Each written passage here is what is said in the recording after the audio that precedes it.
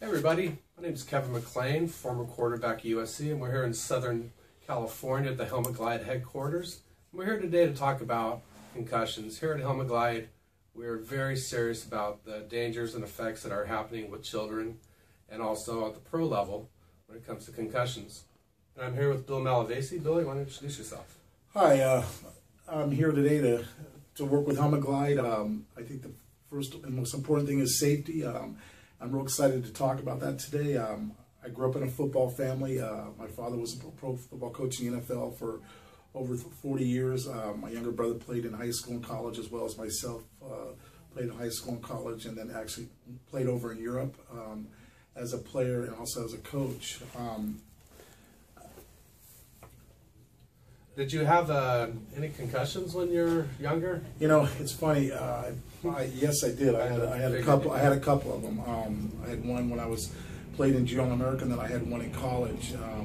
I played a position that's a very violent position, and especially in college football. I was an inside linebacker. I was also a special teams captain, and where I was actually on a kickoff team, I was like what they call L1, and that's the first guy next to the kicker that runs down on kickoffs. And back when it was the Big Eight, I played at the University of Kansas, and as we called that back in the day a wedge buster. And so it was a very violent position, and so you definitely get in the mix and have collisions, which are.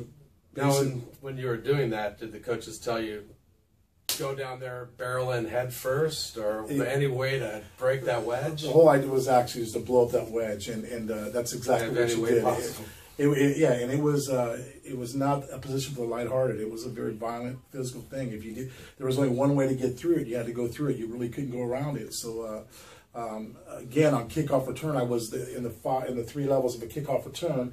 I was in the second level. There's four guys. Where I was the inside guy. So now I was taking all the maniacs coming down the field. So it was a collision on both sides of the ball. And again, that's I think some terms they would call that blunt force trauma, because that's exactly what it is when you get head on like that. By being an inside linebacker and being a special teams captain and having those violent hits, I definitely understand how important it is to protect yourself today. Right now, I'm a high school football coach in Southern California at Costa Mesa High School. I'm currently the defensive coordinator there, and our whole focus is to create awareness on how to drop your hips and widen your feet and slide your head over. And the great thing about this Helmet Glide is it's all about slide. When you make contact, it actually automatically slides you over, and that's a huge thing. Now, with the proper tackling techniques that are so important today, is that's what you're teaching now. You're trying to avoid helmet-to-helmet contact most. Well, first of all, if you look at probably 95% of the hits out there, they're usually angle hits. It's rare that it's just perfectly head on. Right. It's a little bit to the left, a little bit to the right. And the great thing about Helmet Glide is that basically exaggerates that and enhances that effect to slide out and slide one way or another. Another thing we do is we teach our kids to come low to high. When they get closer to the point of attack, they drop their hips more, widen their base. But I teach our kids to basically put your helmet on the football and not on their helmet. So they're automatically, right before contact, they're sinking, shimmy their feet, and they're sliding to left and right. It's very rare that they just go right into a guy and don't slide their head one way or another. The whole idea for our defense is we're big into takeaways, and we want to knock the ball out. So we always have our helmet on the football. Helmet on the football, right. And if you teach that type of technique and you do it over and over, I think it creates a better football player, but also a safer football player about being from injury. Right. Like back in the day when I was in Pop Warner, we used to do some drills called the Mama's Drill. Oh, yeah. Where you're the linebacker and you got a guy coming here, helmet, you're hitting back and forth. That guy's coming at you. No one ever thought about concussions back in those days. We used to do the bull ring. These are all outlawed today because there is so much helmet-to-helmet contact. That's the awareness has been coming back through facts that kids are having these concussions through not only just helmet-to-helmet contact, but the dehydration of the brain. If you're dehydrated, you're gonna be more susceptible to a concussion. I really believe from the bottom of my heart that it starts with knowledge. I can remember when I was on the sidelines of a Rams game back in the 80s. I don't know if you guys remember Jack Reynolds. He was an inside linebacker that was a dominating linebacker back then. And I remember him coming off the field I think it was in the second quarter, takes his helmet off, and he had a suspension helmet.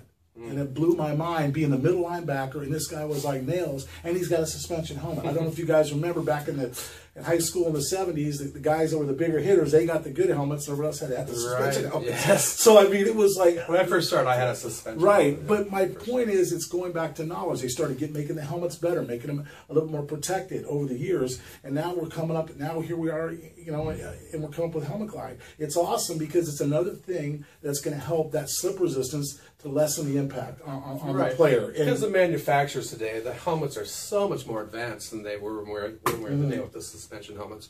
But the helmets are only made to stop skull fractures. They're not made for a concussion. That's why the proper tackling techniques are so important. But there is Coach Barnes from Los Alamitos. When we spoke with him, he totally got it. He goes, no matter, I teach the proper tackling techniques. He's been coaching for 30 years at Los Alamitos. And he got it. He goes, it's inevitable. There's going to be helmet-to-helmet contact. You try to avoid it at all costs, but it's going to happen.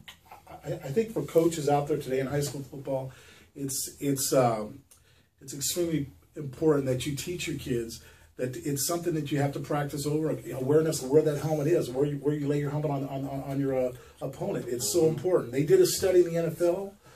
The last 2 years, they did a study about takeaways in the NFL. And our defense is really big into takeaways, trying to cause that fumble. Whether it's an interception or a big hit or rip the ball out. We call it CPR, which is a control thing where I teach the kids to consciously look for the ball every time they come up to the runner. So that creates that heads up. Yeah, but it's being a smarter football player today. Yeah. And it's huge. The study they did in the NFL on takeaways is they basically rated what type of fumble was it. Was it a big hit? Did the runner just drop the ball? Or did he consciously look to where the ball was and either rip it out, punch it out, and stuff. So, or club it out. So that's why you get the word CPR, club, rip, or punch. Club, punch, or rips. But anyway, we use that term, CPR, all the time. But the great thing about it creates an awareness exactly where to attack the ball. And I'm going somewhere with this because my point is this. In this study they did, the highest percentage was 68% was from conscious effort, meaning they purposely looked at the ball, went right for the ball, and ripped it out, or punched it out, or clubbed it out. Okay, the point I'm making here is it's teaching. The more you go over the basic stuff Lombardi says, is if you go over the proper techniques and the way they use their eyes and the way they aim at the football, and then now with Helmet Glide, you got a win-win situation there. But you got to practice this every day as far as a teaching point goes. Totally agree. Yeah, we've had this in play, 2 major universities. Can't say who they are right now because we are getting testing done by a major manufacturer in the helmet construction industry. Now, there's a lot of other helmet pads out there, add-ons that go onto a helmet. But what they do, they change the geometric structure of the helmet, and they also change the mass. So these companies are very frustrated that they will not have, the helmet manufacturers or NOXA will not certify these because, first of all, when they have that helmet on there, or the add-on, it's adding weight that's going to affect the neck.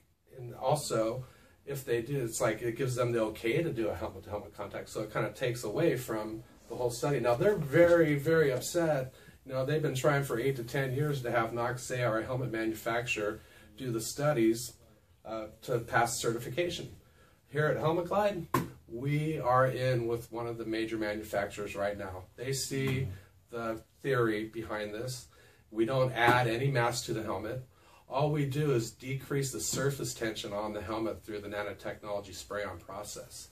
And like you were talking about, and we've noticed that these 2 universities... Kim, I wanted to add one more thing before I forget it. Sure. And it goes back to the blunt force trauma deal, okay? When these other companies have these other coverings, right? You're right. If they put a cover that says, hey, you're going to absorb the hit better, that's almost saying go ahead and hit more with your head. The problem with that is it's not just the head; it's the neck.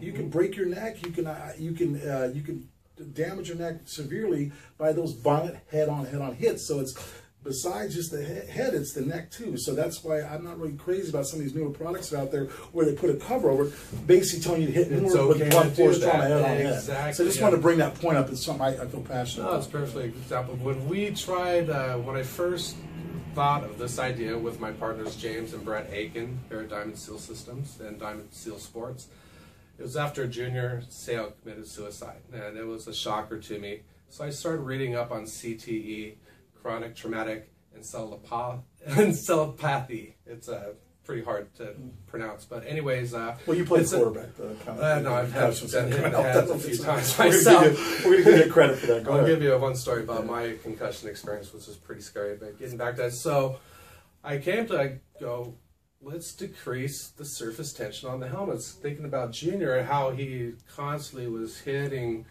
into contact with a fullback. That's probably the hardest collision when you have a fullback and a linebacker coming in a run drill. We call that an ISO play. That's the big one. Yeah. And so with what we did, we came up with the idea to do a spray-on for this. And what we noticed, we decreased the surface tension of even a game day polished helmet. We decreased the surface tension by an extra 50% by doing this. And so what we did is we did an experiment at a major university, and not only did it protect the helmet and lower the surface tension on it, it protects the paint and brings out the true color of the helmet itself. There's a lot of football teams out there, they're putting floor polish on the helmets. It's like, wow, what are people thinking here? It's like, all that is, it's still not going to decrease the static electricity of the helmet. It's not going to lower the kinetic energy when two helmets come together. Because when two helmets do collide with one another, it's the size of a bullet tip. Okay, and at that split second when two helmets collide, that's all it takes is if it's going to turn and crink your neck or if it's going to deflect off the surface. And I've discussed this with Boeing engineers and everything, and everyone seems to get it.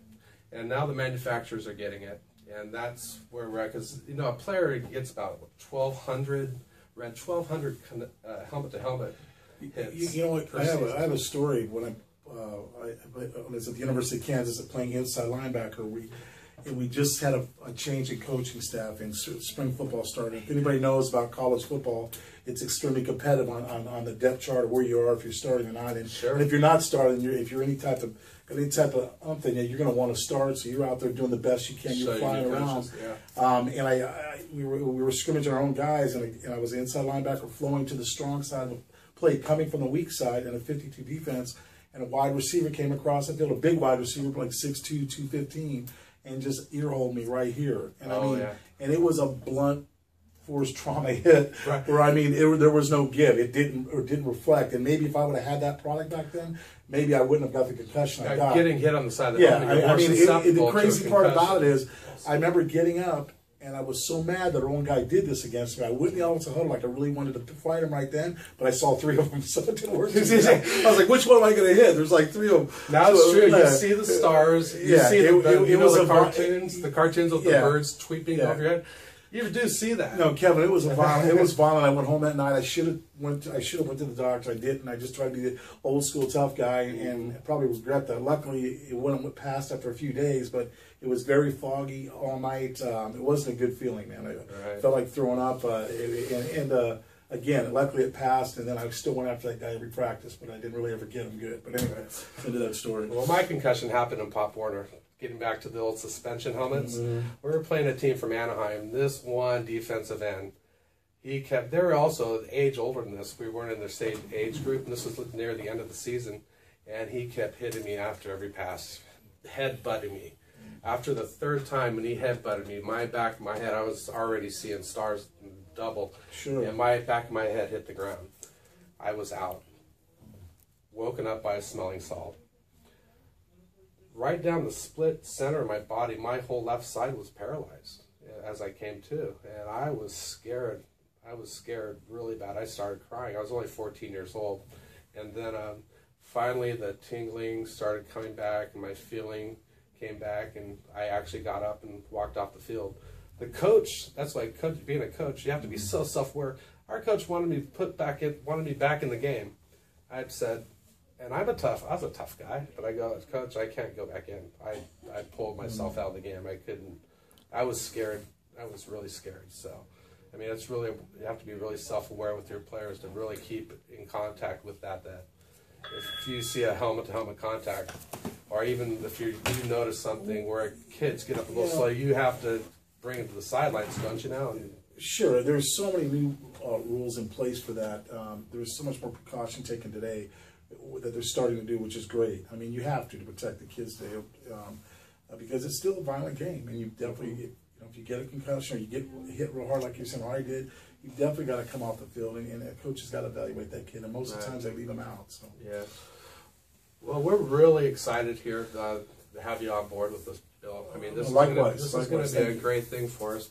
Like we said, this is getting tested by a major manufacturer right now, the only one of its kind, spray-on nanotechnology. So the next time we sit down here, Bill, we'll talk about Helmet Glide, but we'll go into a little bit more stuff about the hygiene of the locker rooms, the antimicrobial part of the Helmet Glide, where we kill all the germs on the interior of the helmet through a non-chemical antimicrobial spray that'll last up to 1 week, where instead of cleaning with alcohol so it doesn't weaken the shell or weaken and also damage the interior of the helmets, which are made so fine today. And so we want to just sign off here. My name is Kevin McLean, former quarterback USC, here sitting with Bill Malavasi, linebacker from Kansas, Edison High School. Thank you. Okay, guys, you have a great day. All right, buddy. Have a good one.